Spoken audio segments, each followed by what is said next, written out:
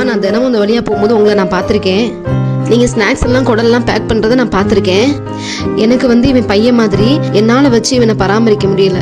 சரி, அதான் உங்ககிட்ட கொண்டு விட்டா நீங்கள் ஏதாவது தொழில் கொடுத்தா அவனை அப்படியே பத்திரமா பார்த்துப்பீங்கன்னு ஒரு நம்பிக்கை இருக்குது.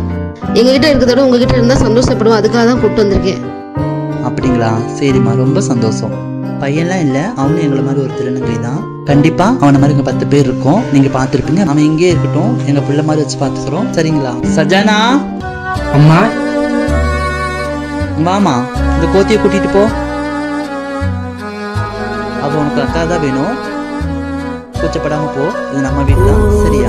குரல் கொடுக்க காட்டாறு ஓயுமோ?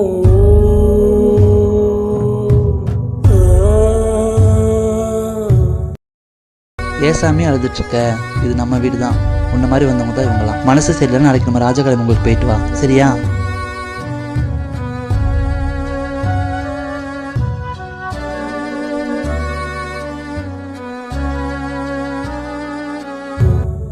இறைவி இவள் நிறுத்தம் பாராமல் போகுமோ?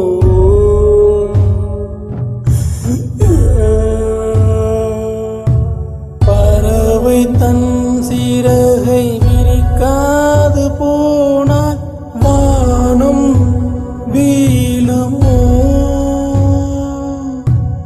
உறவை பெண் கருவை மதிக்காது போனால் பாவம் தீருமோ?